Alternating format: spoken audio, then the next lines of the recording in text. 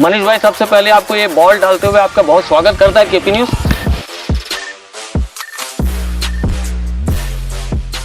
तो अभी आपको क्या लगता है, जो कांग्रेस भाजपा के लिए जो बाउंसर पैदा कर सकती है, बाउंसर डाल रही है, वो क्या है? आप कांग्रेस के खेमे में देखेंगे तो दो गुट ऑलरेडी बना हुआ है। एक टी.एस. सिंहदेव जी और भूपेश बघेल जी का गुट बना हुआ है। देखिए, बेरोजगारी भत्ते की बात है तो बेरोजगारी भत्ता 4.5 साल में क्यों नहीं मिला? 4.5 साल में 12,500 करोड़ रुपए युवाओं को नहीं मिला। केंद्र से मोदी जी पैसा नहीं देते। देखिए, केंद्र से प्रधानमंत्री आवास के लिए पैसा आए थे। 16.5 लाख आवासों को पैसा नहीं होने की वजह से वापस किया गया, ये भूपेश सरकार ने किया। अच्छा, आप जब बैटिंग करने उतरते हैं मैदान में, कौन सी बॉल है जिससे ज्यादा डर लगता है? ये इसको समझ लीजिए कि ये ईडी है या सीबीआई है और ये सरकार के हाथ हैं। अब आप समझ लीजिए कि आप भाजपा के नेता हैं, नहीं पकड़ पाए। देखिए, आपकी तरफ फेंक भी नहीं पाया मैं और आप पकड़ भी नहीं। ये समझ लीजिए कि कांग्रेस का बल्ला है। तो आप कौन सा ऐसा बाउंसर मारेंगे जिससे कि कांग्रेस से सीधे मुंह पे वार पड़ेगा और उसमें हेलमेट भी नहीं बचा पाएगा उनको? तो क्या लगता है आप लोगों के पास में ऐसी कौन सी बॉल है जिसमें, मान लीजिए एक सरप्राइज बॉल बोली जाती है गुगली, तो गुगली के बारे में अभी बताएंगे कि आगे और कुछ इंटरव्यू बचे हैं उसमें कुछ छुपा के रख। भाजपा में कोई भी ऐसा व्यक्ति नहीं है जिसके खिलाफ में कोई जांच हो, जिसके खिलाफ कोई जांचो परख हो, इस तरह से कुछ ऐसा लगता है कि मतलब गंगा जी की नदी से पवित्र होकर आए हैं सब। लेकिन यहाँ अभिषेक पल्लव साहब हैं, एसपी साहब हैं, वो तो रोज प्रेस कॉन्फ्रेंस लेते हैं, रोज बेनकाब कर रहे हैं और इतनी बड़ी सेलिब्रिटी हो गए हैं कि अब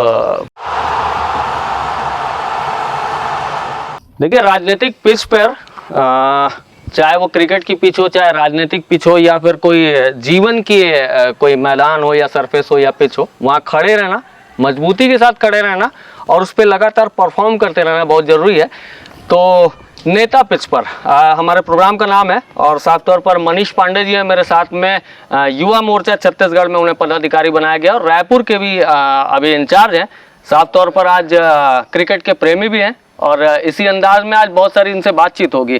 मनीष भाई, सबसे पहले आपको ये बॉल डालते हुए आपका बहुत स्वागत करता है केपी न्यूज़, और बताएं कैसे हैं आप? बहुत बहुत धन्यवाद। आप लोगों ने क्रिकेट के साथ इस कार्यक्रम की शुरुआत की। मनीष भाई, राजनीतिक जीवन में जब आप पहली बार आने की सोच रखे थे तो उस वक्त क्या मन पे विचार आया था? किस बारे में आप सोचते थे, किन्हें आइडल मानते थे, किनके बारे में विचार करते थे? देखिए, पहले तो राजनीतिक पिच पर पारिवारिक पृष्ठभूमि रही है जी,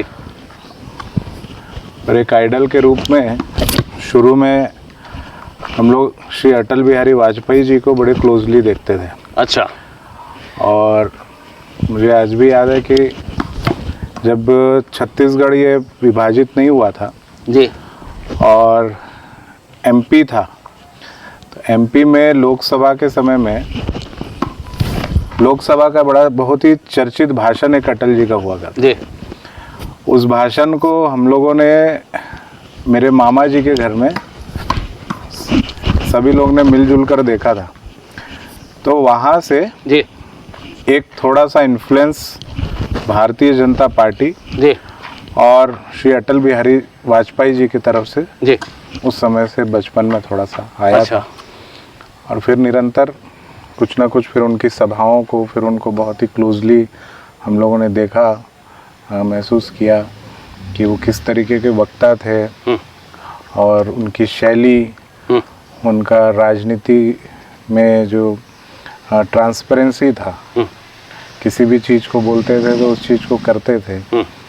तो उस समय जो बदलाव एक ठुक 90s के एरा में एक पॉलिटिकल नेता के रूप में उनको मैंने बहुत देखा। फिर धीरे धीरे घर का वातावरण भी ऐसा था ही राजनीति का, पर मैंने कभी ये सब नहीं सोचा था कि मैं कभी राजनीति पिच में आऊँगा।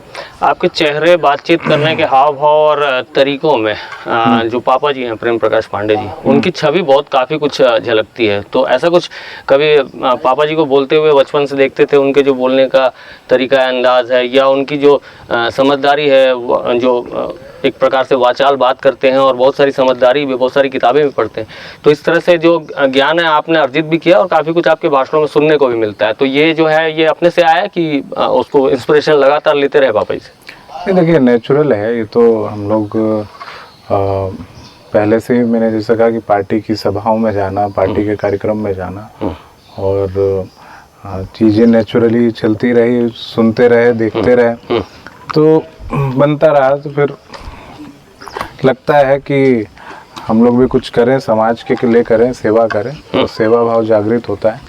तो जागरण के साथ हम लोग काम आज भी करते हैं। देखिए क्रिकेट के खेल में जैसे आप तो यंगिस्तान भी कराते हैं और साफ तौर पर क्रिकेट से बहुत कुछ जुड़े हुए हैं, तो जानते भी हैं कि क्रिकेट के खेल में कभी बैट्समैन को बाउंसर भी पड़ती है, कभी गुगली भी पड़ती है।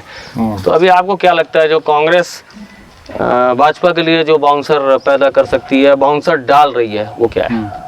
ये अभी का समय तो कांग्रेस के ऊपर भाजपा बाउंसर डाल रही है, क्योंकि 4.5 साल हो गए और 36 वादे इन्होंने किए। लेकिन कांग्रेस तो बोलती है भाजपा हिट विकेट हो जा रही है बार बार। नहीं, भाजपा हिट विकेट कैसे होगी? अभी तो आप कांग्रेस के खेमे में देखेंगे तो 2 गुट ऑलरेडी बना हुआ है। एक टीएस सिंहदेव जी और भूपेश बघेल जी का गुट बना हुआ है, तो वो तो ऑलरेडी अपने में लड़ाई कर रही है। जहाँ तक भारतीय जनता पार्टी का सवाल है, तो अभी जितने भी आप आंदोलन देख रहे हैं, धरने देख रहे हैं, प्रदर्शन देख रहे हैं, चाहे वो अभी मोर आवास मोर अधिकार के लिए विधानसभा घेराव की बात हो, महिला मोर्चा का कार्यक्रम हुआ, तो जो बृहद आयोजन हो रहे हैं और आंदोलनों में जो भीड़ आ रही है, वो कहीं ना कहीं कांग्रेस के लिए चिंता का विषय बन गई है। तो वो इस तरीके के मुद्दे हैं, ऐसा नहीं लगता कि जैसे जैसे आप लोग आंदोलन करते जा रहे हैं वैसे वैसे उन मुद्दों पे मतलब एक प्रकार से समझ लीजिए कि कोई ना कोई गुगली पड़ती जा रही है। अब जैसे अभी बजट का भाषण आया, उसमें बेरोजगारी के लिए बहुत बड़े आंदोलन हुए, भाजपा के युवा मोर्चा और बहुत बड़े विंग के साथ देखने को मिला था। रायपुर में बहुत बड़ा प्रदर्शन किए थे आप लोग। अब बेरोजगारों की समस्या का अंत करने का ऐलान हुआ है। अभी जैसे बजट में उन्होंने कहा कि शिक्षित बेरोजगारों को भी भत्ता मिलेगा, प्लस जो आंगनबाड़ी कार्यकर्ता हैं वो लोग आंदोलन में बैठे थे, सहायिकाएं बैठी थी। वो एक समय ऐसा हो रहा था कि भूपेश सरकार को ये कह रहे थे कि भूपेश सरकार हमारी सुनती नहीं है। जिस दिन उनके भत्ते का ऐलान हुआ, उनके मानदेय की वृद्धि हुई, उस दिन ये बोले कि काका जिंदा है। नहीं, देखिए बेरोजगारी भत्ते की बात है, तो बेरोजगारी भत्ता 4.5 साल में क्यों नहीं मिला?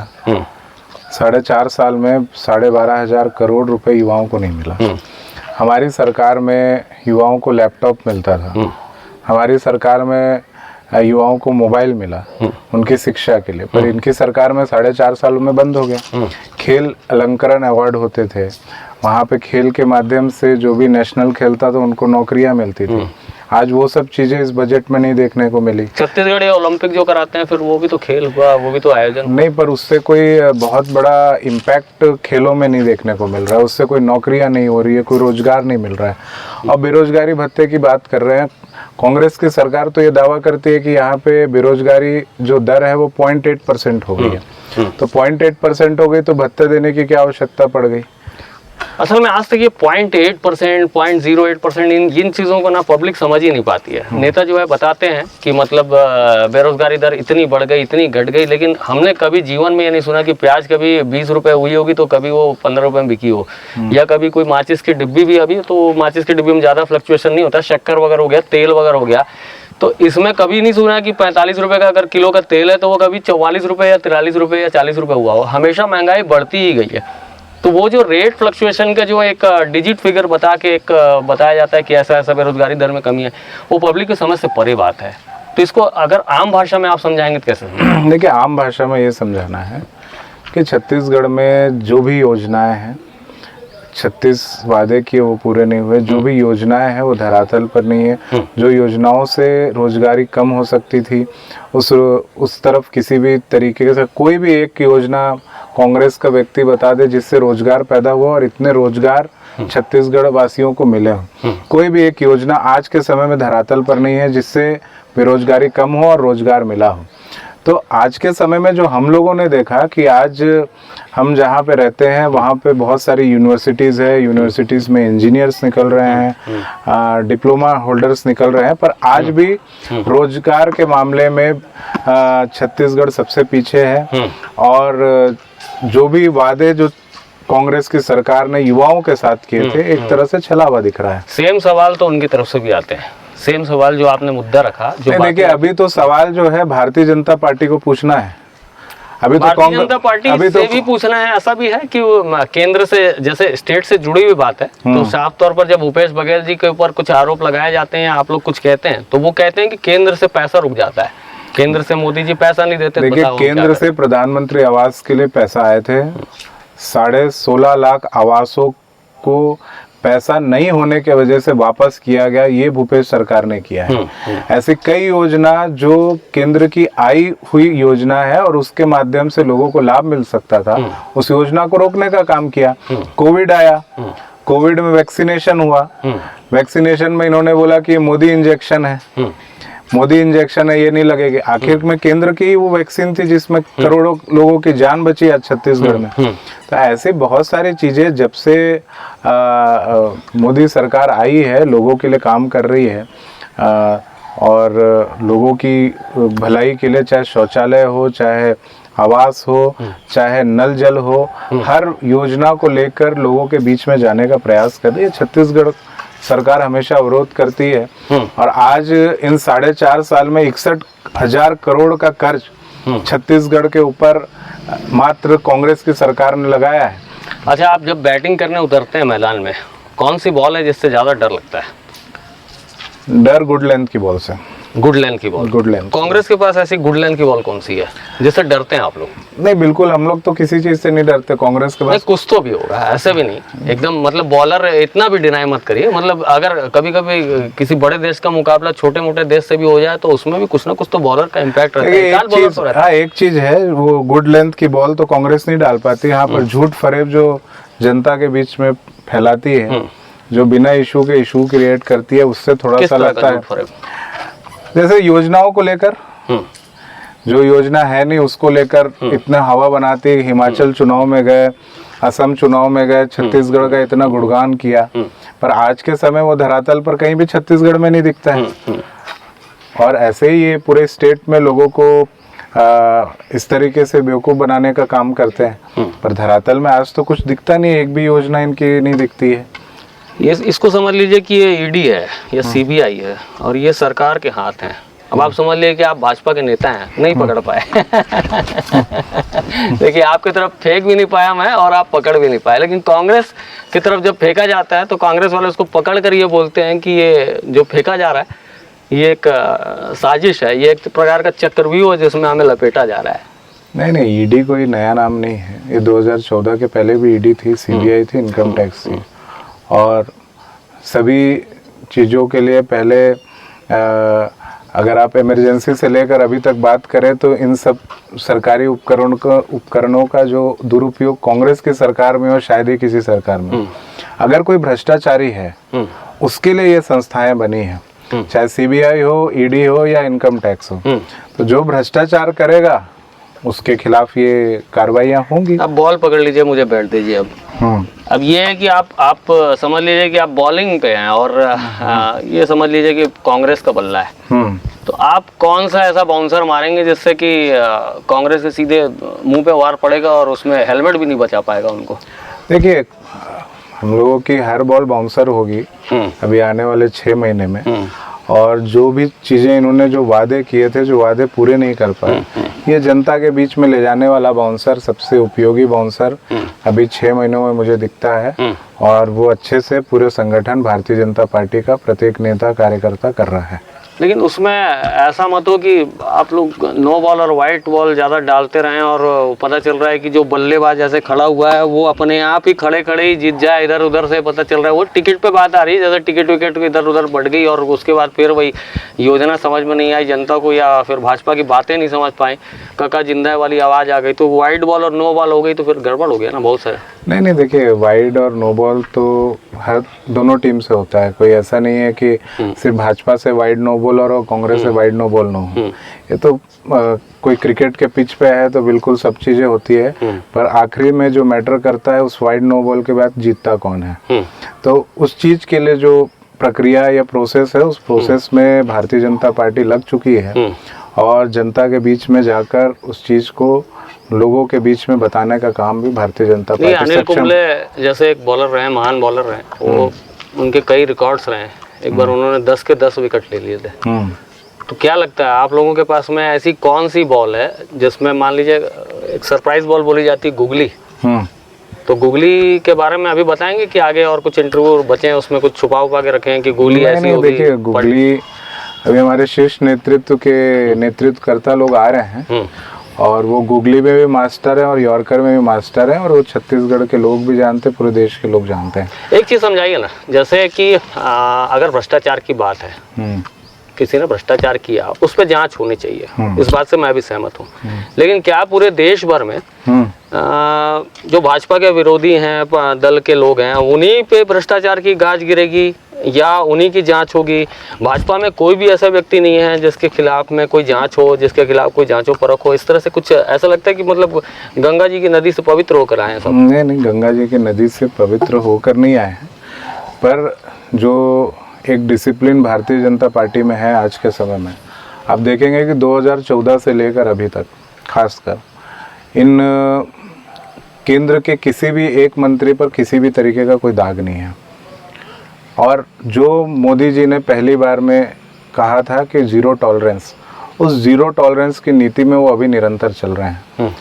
जहाँ भी उनको लगता है कि किसी भी डिपार्टमेंट में या डिपार्टमेंट का मिनिस्टर अगर उस तरीके से काम नहीं कर रहा है तो उसकी भी रिपोर्ट कार्ड वो तैयार करके रखते हैं। तो जीरो टॉलरेंस की नीति पे चल रहे हैं और उसका ये हम लोगों को एक बहुत बड़ा बेनिफिट है कि आज 9 वर्षों में भी किसी भी मंत्री के ऊपर कोई दाग नहीं लगा और दाग भी नहीं लगा, और जो एफिशिएंसी से जो काम होना चाहिए भारत के लिए, हमारे देश के लिए, वो काम भी बहुत एफिशिएंसी। तो भूपेश सरकार जैसे या उनके मंत्री या नेता ये क्यों कहते हैं कि जैसे नान घोटाला हुआ उसमें रमन सिंह जी को कोई क्यों नहीं सवाल करता? नहीं, नान घोटाले में तो रिमोन जी पे बात होती है तो उन पे कोई क्यों नहीं बात होती है कि उनसे क्यों नहीं सवालात किए जाते हैं? उनसे भी सवालात हुए हैं और सब चीज़ों पर जांच हुई है। नान घोटाला की बात होती है तो नान घोटाला में जो अधिकारी जिन पर सबसे ज़्यादा कार्रवाई जो भारतीय जनता पार्टी ने किए थे उनको तो मुख्य बनाकर अभी भूपेश सरकार चला रही है।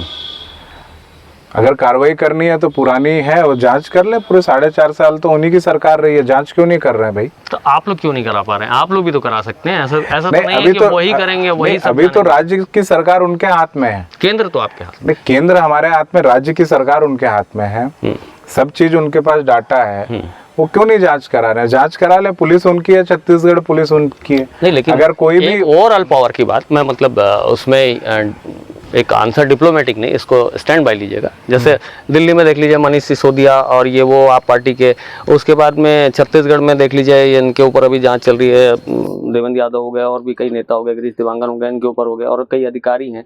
उसके बाद वेस्ट बंगाल में हो गया, फिर मायावती हो गया, इस तरह से, और अभी लालू प्रसाद यादव, इस तरह से मतलब इन लोगों के ऊपर ही मतलब जो विपक्षी दल है वो ये साफ तौर पर ये कह रहा है कि मतलब कुल मिला के एक चार्ट लिस्ट बनाई गई। चार्ट लिस्ट में किसको कैसे चार्ट लिस्ट बनाई गई है उसमें से आपको एक भी नाम लगता है? या भिलाई की पूरे देश की जनता भी, भिलाई की जनता भी जानती है, छत्तीसगढ़ की जनता, इसमें से एक भी नाम लगता है जो बिना भ्रष्टाचार का है? लालू यादव पूछने वाला हूँ, इन्वेस्टिगेशन एजेंसी तो नहीं हूँ, जानता तो नहीं हूँ कि लालू यादव जी ऑलरेडी उनके ऊपर स्कैम चल ही रहा है कि चारा घोटाला का, अभी रेलवे की जमीन का चल रहा है, ठीक है। आपके मनीष सिसोदिया जी जो केजरीवाल हैं वो कहते आ रहे हैं कि नहीं उन्होंने बहुत अच्छी शिक्षा नीति दी, पर उन्होंने शराब नीति में भी जो घोटाला किया वो आज उजागर हो रहा है। मुझे ये प्रॉब्लम, इतना प्रॉब्लम अगर विपक्ष के नेताओं को है कि भाई अगर जो स्कैम कर रहे हैं, स्कैम में अगर उजागर हो रहा है तो उसमें मोदी सरकार की क्या गलती है? भाई जो चीज है, जो आपने व्यवस्थाएं बनानी, उस व्यवस्थाओं के अनुसार ही काम हो रहा है, कोई नई चीज तो हो नहीं रही है। तो इसमें गलत और सही कुछ नहीं है, उसमें जांच एजेंसियां हैं, जांच कर रही है। जो गलत होगा उस पर कार्रवाई होगी और जो गलत नहीं निकलेगा। क्रिकेट की भाषा में अगर पूछूं कि जैसे बॉलर कहता है कि मैं आउट स्विंग में परास्त कर सकता हूँ, इन स्विंग में परास्त कर सकता हूँ, एक यॉर्कर बॉल भी होती है, बीच में घुस जाती है। यॉर्कर बॉल कौन सी दिखते हैं विपक्ष के तौर पे? देखिए, मैंने जैसे कहा कि यॉर्कर बॉल, पहले तो इन्होंने जो वादे नहीं पूरे किए, ये एक बहुत बड़ी चीज है जनता के बीच में। साथ ही साथ इन्होंने जो भ्रष्टाचार, और अगर आप यॉर्कर की बात करें तो पूरे छत्तीसगढ़ में एक विषय को लेकर सब ही मेरे ख्याल से एग्री होंगे, लॉ एंड ऑर्डर। आज लॉ एंड ऑर्डर की सिचुएशन ये है कि आज मैं जिस जिले में निवासरत हूँ, दुर्ग जिले में, यहाँ पे 200 मर्डर हो चुके हैं इन 4.5 साल के अंदर। यहाँ पे कितनी डकैतियां हो गई है इन 4.5 साल के अंदर। लोग खुलेआम शराब पीते हैं और शराब के बाद वो क्या करते हैं, खुलेआम कोई तेज बाइक चला रहा है, कोई एक्सीडेंट कर रहा है। लेकिन यहाँ अभिषेक पल्लव साहब हैं, एसपी साहब हैं, वो तो रोज प्रेस कॉन्फ्रेंस लेते हैं, रोज बेनकाब कर रहे हैं और इतनी बड़ी सेलिब्रिटी हो गए हैं कि अब पूछिए मत कि उनके बारे में बातें तो अदर स्टेट से भी उनकी न्यूज़ बननी शुरू हो गई और बताते हैं कि हाँ जितना अच्छा, उनके कमेंट बॉक्स भी पढ़े वीडियो में तो वो लिखते हैं कि बहुत अच्छा क्राइम कंट्रोल करने वाले पुलिस अधिकारी यहाँ पर आए हैं और यहाँ कानून तंत्र बहुत अच्छा चल रहा है। नहीं, क्राइम कंट्रोल करने के लिए आए हैं वो, पर इतना जो अभी तक जो क्राइम हुआ है, मैं उसके डाटा के बारे में बोल रहा हूँ। और जो डाटा इन्होंने ही उपलब्ध कराया है कि यहाँ पे 200 मर्डर हो चुके हैं, यहाँ पे रोज छिनताई हो रही है, रोज जो कहना चाहिए कि नशाखोरी बहुत ज्यादा बढ़ गई है। यहाँ पे हम ड्रग्स नहीं सुनते थे, आज ड्रग्स हो गया है। यहाँ सट्टा चल रहा है, महादेव कौन सा ऐप है वो सट्टा चल रहा है, पकड़ भी तो रहे, महादेव वालों को पकड़ भी रहे। और आज ये भी बात है कि जैसे आप चौक में पहले जो पीते थे, आप शराब पीने बैठते थे, वो अब ये कहते हैं कि ये यहाँ पीना ठीक नहीं है यार, बोले वो एसपी साहब आ जाएगा तो वो मारते नहीं है, वो क्या वीडियो में सोशल मीडिया में इतना हाईलाइट कर देंगे कि जीवन में शक्ल दिखाना मुश्किल हो जाएगा। ठीक बात है, एसपी साहब अपना अच्छा काम कर रहे हैं, मैं उनको अप्रिशिएट करता हूँ। पर आज भी आप किसी भी सेक्टर में चले जाइए, आज मैं जिस सेक्टर में रहता हूँ, आप अभी जाते जाते चले जाइएगा, गोल मार्केट चले जाइएगा, वहाँ पे आप देखिएगा कि कैसे लोग शराब पीते हैं। आप सभी जगह चले जाइए आप तो। अच्छा, ये सड़क जो है बाईपास में आज भी एक एक्सीडेंट हुआ है, उसमें भी हमने खबर की है, रिपोर्टिंग की। अभी बीच में फ्लाईओवर से कुछ गाड़ियां गिर गई थी और उसमें भी देहांत हुआ है और आम पब्लिक असल में पिस रही है। केंद्र की योजना है फ्लाईओवर की, स्टेट गवर्नमेंट ध्यान नहीं देती, लेकिन क्या होता है जो इम्प्लीमेंटेशन है वो तो केंद्र के हाथ में है, तो उसको जल्दी पूरा क्यों नहीं करवा लेते? पूरा शहर अस्त व्यस्त है। देखिए, केंद्र की सरकार ने ऑलरेडी इसमें पैसा अलॉट करके रखा है और आप जानते हैं नितिन गडकरी जी जो पूरे देश में जितने भी हाईवेज और फ्लाईओवर्स हैं सभी जगह बड़े सुचारू रूप से चलते हैं। कोई भी केंद्र की योजना होती है उसमें स्टेक जो है स्टेट गवर्नमेंट का भी रहता है, या तो 70-30 रहता है या तो 60-40 रहता है। तो जो चीज मुझे जानकारी है कि कुछ स्टेक जो स्टेट गवर्नमेंट का है वो थोड़ा लैप्स हो गया है, इसके वजह से ये डिले हो रहा है। क्या लैप्स हुआ है? स्टेट गवर्नमेंट से क्या लैप्स हुआ है? स्टेट गवर्नमेंट का जो फंड है जो एक रेशियो में आता है 70-30। आज ही कलेक्टर साहब इल्जाम लगा गए हैं कि सेंट्रल से जो पैसा है वो नहीं आ रहा है और उस वजह से यहाँ पर जो है अव्यवस्थाएं फैली हुई हैं। आज ही नहीं, कलेक्टर साहब बोल रहे हैं तो इसमें बिल्कुल जांच होनी चाहिए, बात होनी चाहिए, इसमें चर्चाएं होनी चाहिए। और पर जो चीज़ मुझे जानकारी है कि केंद्र ऑलरेडी इसमें जो इनके पैसे थे ऑलरेडी दे चुकी है और पैसे देने के बाद जो स्टेट का स्टेक है वो उसमें नहीं आ चुका है, इस वजह से ये योजना थोड़ी विलम्ब हुई है। और इसमें एक चीज है, जैसे भाजपा की जो क्रियाशीलता है उसमें आप लोग कहते हैं कि सर्वांगीण विकास है, वो बड़े विकास तो खैर दिखते हैं, मतलब कई जगहों पे बातें भी आती हैं और देखने को भी मिलता है, जैसे अटल टनल योजना है या फिर जो 4 लेन्स के निर्माण हो रहे हैं वो सारी कुछ तो चीजें दिखती हैं। लेकिन कई ऐसी जो ग्रॉस रूट लेवल की चीजें हैं, जैसे आदमी आज सिलेंडर खरीदने जाता है तो पहले जैसे 400-500 रुपए में सिलेंडर मिलता था, तब स्मृति ईरानी जी चिल्लाती थी, बोलते थे कि अरे भैया आप लोग तो लूट लिए हो। लेकिन आज इतना महंगा हो गया सिलेंडर, अब मान लीजिए मोदी जी फ्री में भी सिलेंडर बांटे, अब वो उसको भरवाने के लिए गैस ना मिलेगा, पैसा ना रहे इंसान के पास में, तो वो जाएगा कहाँ? तो आज फिर भी आज कई जगहों पे कई घरों में वापस लकड़ियाँ जलना शुरू हो गई हैं। नहीं, देखिए ऐसा है कि यही छत्तीसगढ़ में कांग्रेस की सरकार थी जिसने वादा किया था छत्तीसगढ़ के लोगों के साथ कि प्रति घर मतलब एक घर पर हम 4 सिलेंडर मुफ्त में देंगे, 4 सिलेंडर हम लोग मुफ्त में देंगे, 4 सिलेंडर हम लोग देंगे और उसके साथ छत्तीसगढ़ के हर जो माताएं हैं उनको धुआं मुक्त कर देंगे। ये कौन वादा किया था? छत्तीसगढ़ के कांग्रेस की सरकार ने किया। धुआं तो आज भी है। हाँ, वही मैं बोल रहा हूँ कि छत्तीसगढ़ की स्थानीय सरकार ने 4 सिलेंडर देने का वादा किया था, वो उन्होंने पूरा नहीं किया। और यही कांग्रेस की सरकार एक समय ऐसी थी जब 2008 जब आपकी यूपीए गवर्नमेंट थी, यही भिलाई है जहाँ पे लोग लाइन लगा के ब्लैक में सिलेंडर बेचा करते थे। उस चीज को आप भी जानते हैं। आज समय बदला है, आज समय के साथ हमने गरीबों की सोच रखी है, गरीबों के लिए कोविड के समय में फ्री में वैक्सीनेशन दिया, हम लोगों ने लोगों को मुफ्त में राशन दिया।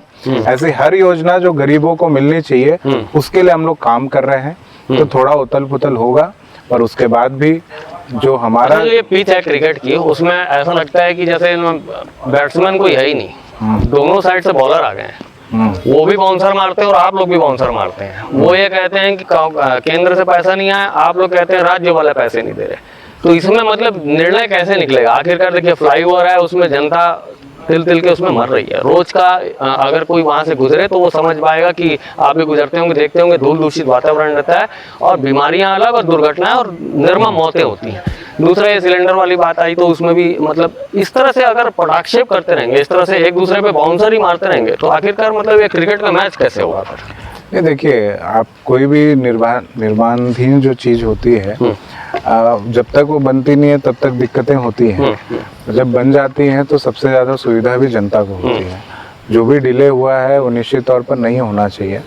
पर जो मैंने कहा कि केंद्र की सरकार ने जो भी योजनाएं हैं उसके लिए फुल कमिटमेंट के साथ, फुल डेडिकेशन के साथ हर प्रोजेक्ट पे उन्होंने ध्यान दिया है और उस प्रोजेक्ट पे अपना फाइनेंस डिपार्टमेंट के माध्यम से सभी को पैसा बराबर देने का काम किया है। अच्छा, कांग्रेस की कोई एक अच्छी नीति आपके मुताबिक? कांग्रेस की अच्छी नीति मुझे तो कोई अच्छी नीति दिखती नहीं है इसमें आज के वर्तमान में। 4.5 साल में कोई भी एक अच्छी नीति नहीं दिखती। वो ऐसे ही पलट के आपको बोलते हैं। अगर कोई एक भी अच्छी नीति दिखती तो मैं जरूर बोलता। मतलब इसमें डिप्लोमेटिक होने की जरूरत भी नहीं होती। मैं आपको थोड़ा बहुत भी मतलब एक आध 0.01% कुछ 0.01% भी नहीं है। अच्छा, कोई भी एक ऐसी योजना नहीं है जो मुझे लगता है कि जो लोगों को लाभ दे रही है। तो जब लाभ नहीं दे रही है तो भी ये भूपेश की सरकार जो है वो कहाँ जो है उपचुनाव जहाँ हो रहे हैं वहाँ जीत जा रहे हैं, नगरीय निकाय चुनाव हो रहे हैं वहाँ जीत जा रहे हैं। उसके बाद भी अभी देखिए समर्थन मूल्य बढ़ा दिया, अभी मितानिनों का तनख्वाह बढ़ा दिया, वेतनमान बढ़ा दिया। मितानिनों के मैटर पे आपने बोला तो मितानिनों के 6 मांग थी, उसमें से सिर्फ अभी चुनावी लॉलीपॉप के रूप में उन्होंने किया। और मितानिनों कितना संघर्ष किया, कितने महीनों का। वो आप लोग के राज्य में भी संघर्ष करते रहे? नहीं, हमारे राज्य में किया था, उनको मिला भी। मितानिनों को जो सम्मान मिला वो हमारे सरकार में मिला, कांग्रेस के राज्य में नहीं मिला। तो आज के समय में मुझे लगता है कि कांग्रेस हर तरीके से फ्लॉप है, हर योजना पे फ्लॉप है। और कोई भी योजना उनके आज जो एक कहना चाहिए अंतिम व्यक्ति तक पहुंचना चाहिए, गरीब व्यक्ति तक पहुंचना चाहिए, सर्व समाज तक पहुंचना चाहिए, वो आज मुझे नहीं दिखता है। युवा बेरोजगारी तो आप लोग के लिए भी मुद्दा है यहाँ के लिए, लेकिन युवा बेरोजगारी उनके लिए भी मुद्दा है। युवा बेरोजगार घूम रहे हैं, कह रहे हैं। अभी तो उन्होंने कुछ दिया भी है, आप लोग आंदोलन किए थे लेकिन उन लोगों ने भत्ता दे दिया है। लेकिन अब युवा बेरोजगारों को क्या कभी सिर्फ भत्ता ही मिलता रहेगा? भत्ता नहीं दिया, चुनावी लॉलीपॉप दिया है, भत्ता नहीं है वो। मात्र जो 250 करोड़ रुपए दिया है इन्होंने, 1 महीने का है। 1 महीने बाद 250 करोड़ रुपए खत्म हो जाना है। वो चुनावी लॉलीपॉप के रूप में दिया है। जहां तक की बात है केंद्र सरकार की, भाई हर चुनाव अलग अलग है। नगर निगम चुनाव अलग है, नगर पंचायत अलग है, विधानसभा अलग है, लोकसभा अलग है। और जो मतदाता है सबको अलग अलग अवसर मिलते हैं। अगर लोकसभा में मोदी जी ने काम नहीं किया, ऐसा कांग्रेस को अगर लगता है, तो मोदी जी के चुनाव में जनता के बीच में जाएंगे मोदी जी। क्या फिर पता चलेगा कि किसने काम किया। एक बात बताइए ना, एक चीज समझाइए, आपको क्या लगता है शराब सामाजिक बुराई है? तो कहेंगे मेरे ख्याल से। बिल्कुल। आप लोग के राज्य में बंद होनी चाहिए? ये देखिए, हमारे राज्य में देखिए शराब बिल्कुल सामाजिक बुराई भी है और शराब को लेकर अलग अलग चीजें भी पहले भी हमारी सरकार में भी हुआ।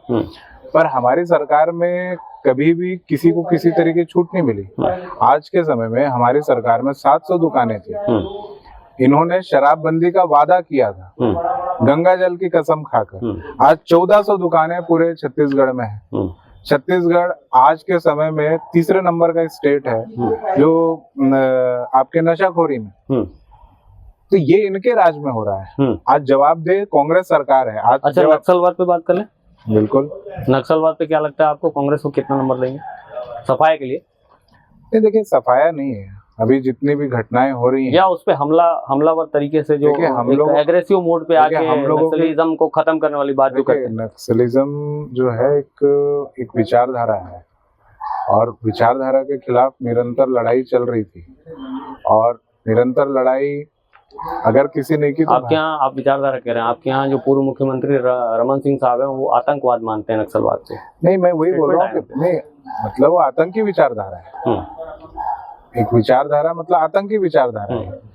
ये पहले थी कि गरीबों के लिए कम्युनिस्ट और बाकी लोग आगे आया करते थे, पर आज के समय में ये भी कमर्शियल हो गया है, ये भी एक इकोनॉमिकल हो गया है कि लोगों को पैसा दिया जाता है, लोगों को डराया जाता है, बहकाया जाता है और उस चीज को प्रलोभन दिया जाता है। पर आज मुझे लगता है कि जो भी चीजें आज नक्सलवाद जो दिख रहा है, जो बैकफुट पे आया है, पहले हमारे सरगुजा जिले में भी था, उस जिले में 0 नक्सलवाद करने का काम भारतीय जनता पार्टी ने किया। बस्तर संभाग में भी आप देखेंगे तो सुकमा को छोड़कर और कोंटा को छोड़कर, 2 क्षेत्रों को छोड़कर कहीं भी ऐसी घटनाएं हमारे 2018 के पहले कोई ऐसी वर्ल्ड के अगर चाइना की पार्टी जो माओइस्ट जो CPI पार्टी बोलते हैं चाइना की, उससे भी ज्यादा भारतीय जनता पार्टी की सदस्यता है। 16 से 16.5 करोड़ के आसपास सदस्य हैं। उसके बाद आप लोगों को ये एकजुटता शिविर, चिंतन शिविर, हारने के बाद विचार मंथन, ये इसकी आवश्यकता क्यों पड़ती है? इतना बड़ा वर्ग जब आपके साथ ज्वाइंट वेंचर में है, काम कर रहा है। इतने हम तो, आप एक इंडिविजुअल जो है वो अगर रोज काम करता है तो चिंता करता है। आपने खुद ही अपना सवाल में जवाब दे दिया कि 16.5 करोड़ अगर हमारी सदस्यता है, हारने पे हम लोगों को चिंता कर, हम जीतने पे भी चिंता करते हैं। हम तो आगे की सोच रखते हैं। हम मोदी जी के आप हर भाषण में देखना कि अगर अभी हमने नॉर्थ ईस्ट में इलेक्शन जीता, उन्होंने बोला कि हम आगे फिर नॉर्थ ईस्ट को आगे बढ़ाने के लिए जितनी भी गरीब कल्याण योजना रहेगी और उसको नॉर्थ ईस्ट से जोड़ते हुए वहां पे भी उसी तरीके से सुचारू रूप से काम करेंगे। हम तो जब जीतते हैं तब भी प्रोग्रेसिव बात करते हैं, हारते हैं तो उसमें क्या चीजें रह गई। अच्छा, एक स्क्वायर कट वाला सवाल का जवाब दीजिए। आप युवा हैं, युवा नेतृत्व मिला है, रायपुर जैसे राजधानी, प्रदेश की राजधानी कमान मिला है आपको, टिकट में युवाओं की भागीदारी कितनी होनी चाहिए? आप क्या मांग रखेंगे? आप ये जरूर कहेंगे, मैं जान रहा हूँ आपका जवाब शायद ये बोलेंगे पार्टी आला कमान तय करता है, लेकिन आपकी अंदर से जो आवाज हो वो क्या होती है कि युवाओं को कितना % क्या मिलना चाहिए युवाओं को? देखिए, परसेंटेज तो नहीं कह सकता, पर हाँ जरूर है कि छत्तीसगढ़ में भी युवाओं की वृद्धि हुई और युवा प्रतिनिधि के रूप में इस बार छत्तीसगढ़ में भी विचार कर रहे हैं लोग कि युवा जनप्रतिनिधि आने चाहिए। पर क्या होना चाहिए, क्या होगा, ये तो आने वाले समय में हमारा राष्ट्रीय नेतृत्व ही तय करेगा। और ये सच बात है कि उसमें क्या भागीदारी महिलाओं की होगी, क्या युवाओं की होगी, क्या वरिष्ठ जनों की होगी, तो वो अभी आने वाले समय में ही पता चलेगा। अच्छा, रिवर्स स्वीप जैसा एक सवाल है, जैसे कि कांग्रेस पार्टी में या भाजपा में, किसी भी पार्टी में अगर टिकट की घोषणा होती है, जो भी प्रभावशाली व्यक्ति होता है, अगर उसकी टिकट कट जाती है तो उसके बाद से एक विरोधी स्वर निकलते हैं और उसके रिवर्स जाकर वो काम करने लगते हैं, पार्टी की गाइडलाइन के विपरीत जाकर काम करने लगते हैं, चुनाव भी लड़ने की सोच बैठते हैं। क्या ऐसी स्थिति भाजपा में बनेगी आगे चल के? आपको ऐसा लगता है कि ये डिस्ट्रैक्शन भी आ सकता है कि कहीं कोई? अभी हम लोग तो इस मूड में हैं कि चुनाव 2023 में जीतें और हमारा शीर्ष नेतृत्व, प्रदेश नेतृत्व, जिला, मंडल, बूथ, शक्ति केंद्र, सब लोग एक ही लक्ष्य है 2023 और 2024, और ये सब बातें भी आएंगी और उन सब बातों को भी टैकल किया जाएगा। और हमारे शीर्ष नेतृत्व में ऐसे लोग हैं जो इन सभी मुद्दों पर विचार करते हैं, सोचते हैं, मंथन करते हैं और उसके अकॉर्डिंग काम करते हैं। तो मुझे लगता है जो भी चुनौतियां आएंगी उस हर चुनौती को भारतीय जनता पार्टी सहजता से लेगी। फुल शॉट की तरह जो सवाल है वो ये है कि आपकी विचारधारा क्या, आपको क्या महसूस होता है कि जो आपकी टीम 11 है स्टेट में, उसमें विराट कोहली कौन रहेगा? विराट कोहली तो पार्टी का हर कार्यकर्ता रहेगा। विराट कोहली किसी एक पे, फिर भी क्रिकेट टीम में कप्तान तो बनाती है, कप्तान तो बनाती है। हम पार्टी के कप्तान ऑलरेडी हैं, हमारे आदरणीय मोदी जी हैं। विराट मैं आपका मन जानना चाह रहा हूँ, स्टेट के लिए हुआ नहीं, बिल्कुल भारतीय जनता पार्टी ने बहुत स्पष्ट कह दिया है कि हम सिंबल पर लड़ेंगे और मोदी जी के नेतृत्व पर लड़ेंगे। आप चुनाव लड़ेंगे? नहीं, मैं चुनाव नहीं लड़ रहा हूँ, मैं तो अभी संगठन के दायित्व पे हूँ। और कोई ख्वाहिश है, जैसे पापा जी इतने समय तक रहे हैं, कुछ मन है कि ऐसा कुछ बड़ा पद मिले? मैं अभी मुझे लगता है मैं पहली बार भारतीय जनता पार्टी में आया हूँ, है ना, पहली बार किसी संगठन के दायित्व में आया हूँ, तो नहीं, महसूस तो कर पा रहे हैं आप, मतलब काफी दिन से राजनीति में। अच्छा, एक और गंभीर सवाल है, जैसे कि आप भगवान श्री राम जी के समिति के अगवानी कर्ता के तौर पे, श्री राम जन्मोत्सव समिति, उसके अगवानी कर्ता के तौर पे भी आपको देखा जा रहा है, और प्रभु श्री राम जी के विचार को आप जन जन तक पहुंचाने का बहुत काम किए। तो ये विचारधारा, श्री राम जी की विचारधारा को पहुंचाना भाजपा भी करती है, तो ये पैरेलल कनेक्शन कैसे हो गया? ये पैरेलल बिल्कुल नहीं है। देखिए, जब इसके पीछे बातें थी कि राम मंदिर आंदोलन था, तो सभी लोग अपने अपने तरीके से प्रयास कर रहे थे। तो ये जो समिति है 1986 की है, 86 की है, और 86 से ये राम मंदिर आंदोलन से लगी है। तो ये कोई आज की नहीं है कि आज ही विचारधारा है। भाजपा में मर्ज करके क्यों नहीं? तो ये अपने पैरेलल संगठन है, ऑलरेडी सामाजिक काम करती है, रामनवमी मनाती है। हाँ, और भाजपा की विचारधारा, राजनीतिक दल के रूप में भाजपा की विचारधारा से प्रेरित है। तो समिति में पर काम अलग होते हैं, हमारे धार्मिक काम होते हैं, हमारे मंदिर के रचना बत्ती है इसमें, प्रखंड की, खंड की, जिला स्तर, प्रखंड स्तर, प्रदेश स्तर, तो सभी तरीके से हम लोग काम करते हैं। और भगवान राम जी के लिए तो मतलब जैसे कि अब कांग्रेस के लोग कहते हैं और बता भी रहे हैं, कर भी रहे हैं, दिख भी रहा है, उसमें राम वन पथ गमन, राम जी का मंदिर ये कई जगहों पर बनाया गया, और भगवान श्री राम जी का नाम भी ले रहे हैं। तो आपको क्या लगता है, भगवान श्री राम जी का नाम आज जो प्रबलता से लेगा वो आगे बढ़ेगा, इसलिए राम का सारा योगी? अरे हम लोग तो पहले से राम जी का नाम लेते हैं कि भाई राम मंदिर बनना चाहिए। विरोधी कौन था? ये कपिल सिब्बल कांग्रेस के पार्टी के थे, ये वकील बन के इस चीज के खिलाफत खड़े थे कि राम मंदिर नहीं बनना चाहिए। ये यही कहते थे, इन्हीं की यूपीए सरकार में कहा गया कि राम मंदिर जो है काल्पनिक है, ये जो राम सेतु बना है काल्पनिक है, इसके बारे में विचार नहीं होना चाहिए। और इन्होंने यही कांग्रेस पार्टी है जो ये बात को कहती थी कि वहाँ राम मंदिर नहीं बनना चाहिए, वहाँ कोई स्कूल बन जाना चाहिए या गार्डन बन जाना चाहिए। तो भारतीय जनता एक राजनीतिक दल था जिसने हमेशा से शुरू से ये कहा कि अयोध्या में राम मंदिर ही बनना चाहिए। उसके लिए आडवाणी जी ने रथ यात्रा निकाली, कई लोगों ने अपनी जान दे दी। तो बिल्कुल हम तो पहले दिन से कह रहे हैं, ये तो हमेशा बदलने वाले लोग हैं, कभी अल्लाह अल्लाह कहते हैं, फिर जब समय आता है फिर राम राम कहने लगते हैं, ये किसी के नहीं है। अच्छा, जैसे ये सवाल आखिरी है, गांव या जंगल में देखने को मिलता है जल, जंगल और जमीन की लड़ाई, आरक्षण की मांग, और शहरों में वही लड़ाई थोड़ी सी विपरीत हो जाती है, पानी, रोजगार, दुकानदारी, छोटी छोटी गुमटियां और बेरोजगारी भत्ते, इस तरह की बातें ये अटक जाती हैं। आज तक ये सवाल जिंदा क्यों है? आप लोगों का भी राज रहा है, कांग्रेस का भी राज रहा है, लेकिन ये सवाल हमेशा जिंदा क्यों रहा है? लोगों के पास ये कमी क्यों रही कि उन्हें हमेशा हाथ पसारता रहना पड़ा है राजनीतिक दलों के सामने? देखिए, पहली चीज तो है, आज के परिदृश्य में देखेंगे और 8-9 साल के परिदृश्य में देखें, बहुत बदलाव है।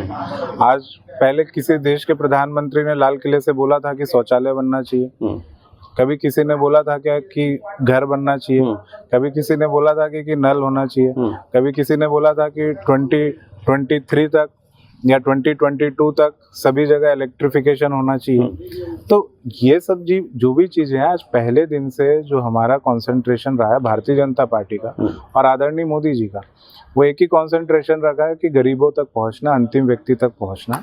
एक और जोड़ने का मन कर रहा है सवाल, अब क्या है, सवाल थोड़े से बढ़ जाएंगे आपके, इस पर काउंटर आ रहा है।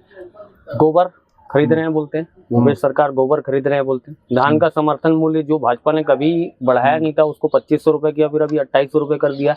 उसके बाद ऋण माफी वाली बात आई, किसानों को ऋण माफ कर दिया कहते हैं। एक सिरे से अगर कांग्रेस के कार्यकर्ताओं की आवाज आती है कि भूपेश काका जिंदाबाद, तो कहीं कहीं से भीड़ में से पब्लिक भी चिल्ला बैठती है कि काका जिंदा है भाई, हमारा देख रेख कर रहा है।